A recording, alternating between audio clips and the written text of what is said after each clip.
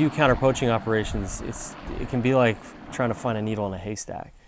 You've seen the land out here, it's massive. So what's unique about VETPAW is we can utilize information to try and find out where poachers are entering and exiting a park, instead of just saying, hey, let's go on a patrol and see if we, hopefully maybe we'll bump into somebody.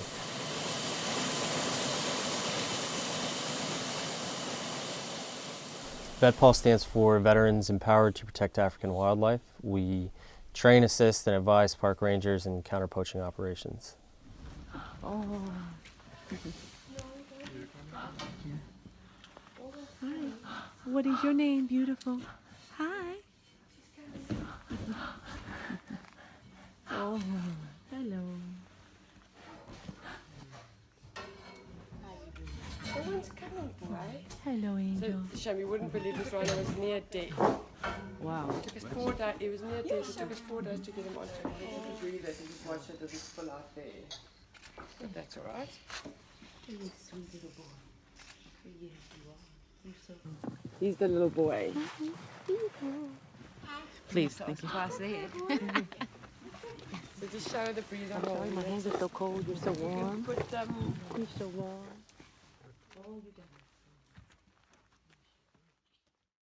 We believe in the concept of there's no one deterrent that's a solution.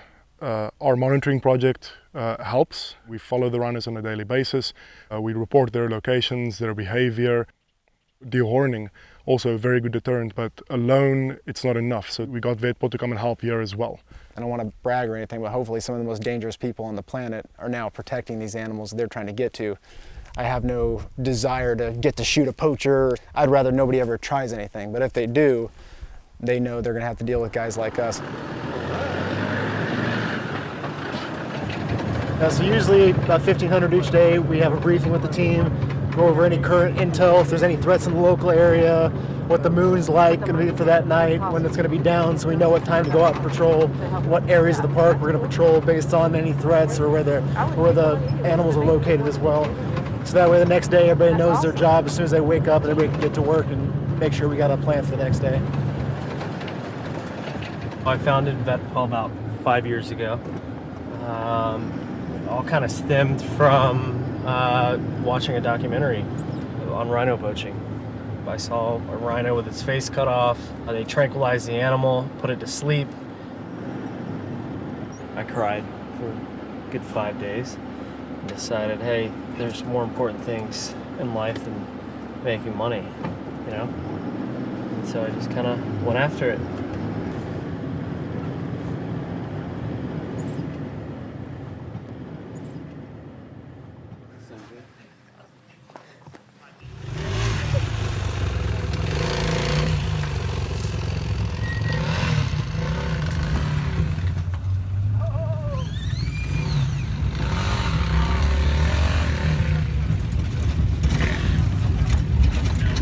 Find a good solution. We have 2 bikes that have headlights, 2 that don't. That's his assigned bike, 450 KTM.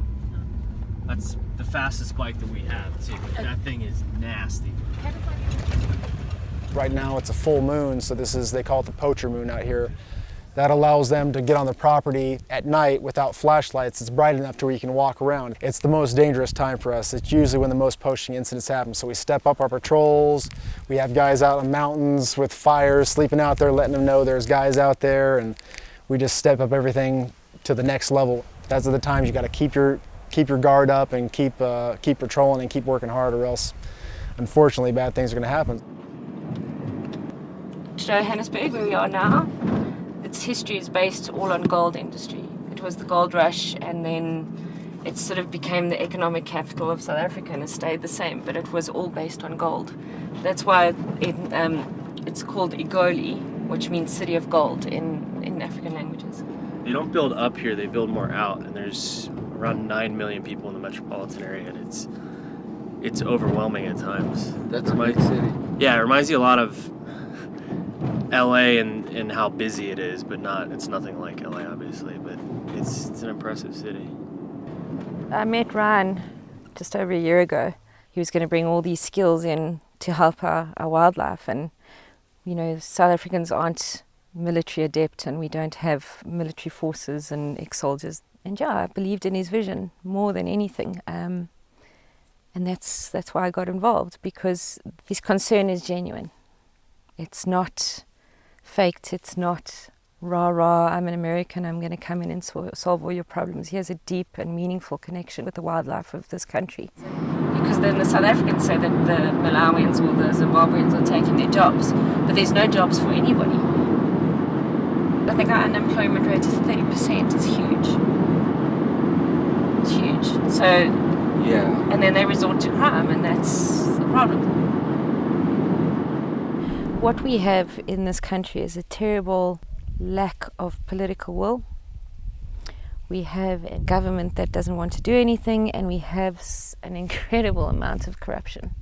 Rangers here, they obviously don't get paid as much as they should. I suppose nobody in the world really does.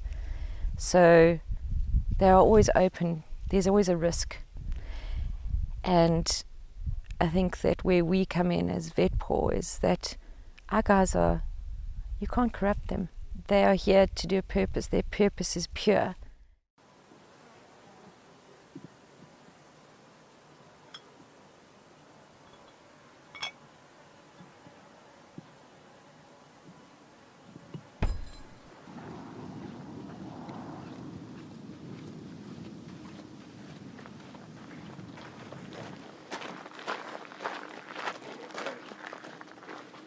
So what's an average day like here at VETPAW? Well, it depends on who you talk to, but for the most part, get up, get your coffee, it's fucking crucial, and hit the weight sets out here, or sit up on that patio area we got and just watch the sun come up and just enjoy the quiet and kind of just zone out and get yourself calibrated for the day. Then we eat. Usually have a team meeting in the morning or later in the afternoon.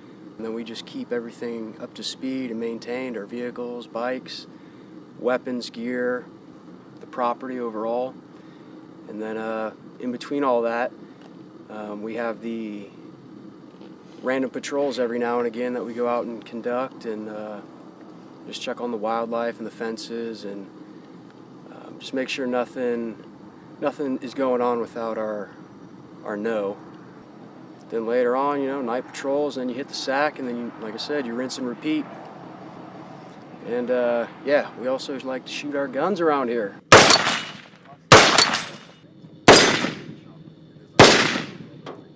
All the veterans that we have on our team are all highly trained and experienced veterans, and it's very important because, in many cases, if you're inexperienced in a gunfight, you run in, you're just going to start blasting everything and emptying your magazines. But what's unique about these guys is that they run towards the sound of gunfire when they hear it, and they don't necessarily fire right away. We take a look at the situation, make a plan, and then do what we need to do to bring in a poacher alive and uninjured, because we need to get information out of these people, and we need to break down these criminal networks. Up!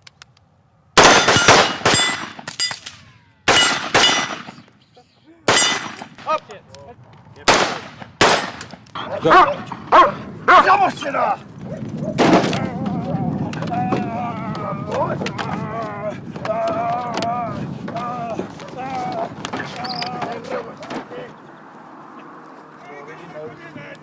not afraid of you! What are you gonna do? Shoot me! Hey!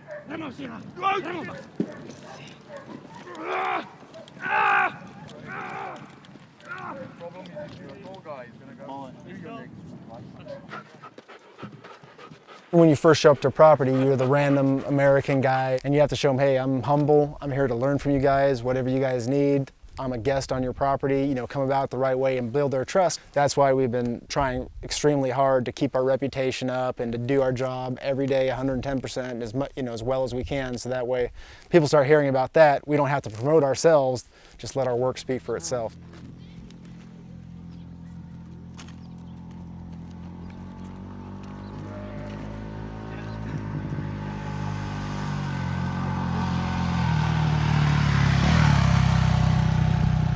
We do a lot of community engagement.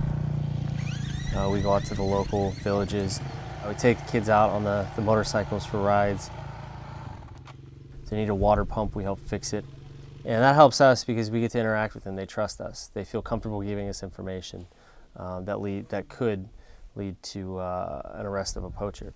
But we want to see these communities succeed too and give them a chance to benefit from this wildlife and show them that this wildlife is their heritage and it does affect their well-being. I think that my most successful experience in counter poaching is when we captured a middleman. I sat him down and I said, hey, I know that you're trying to provide for your children right now, but in reality you're destroying their future. Without this wildlife, nobody's going to come into these communities because nobody wants to stare at an empty field. What makes your countries unique is this wildlife. And it's a relatively untapped industry. So you're killing any chance that you have at succeeding in growing your community. And I let him sit on that for a night. And when I came back to him the next day, he was ready. He literally looked at me and he said, I'm going to take you to every home of a poacher that I know of. And he did it.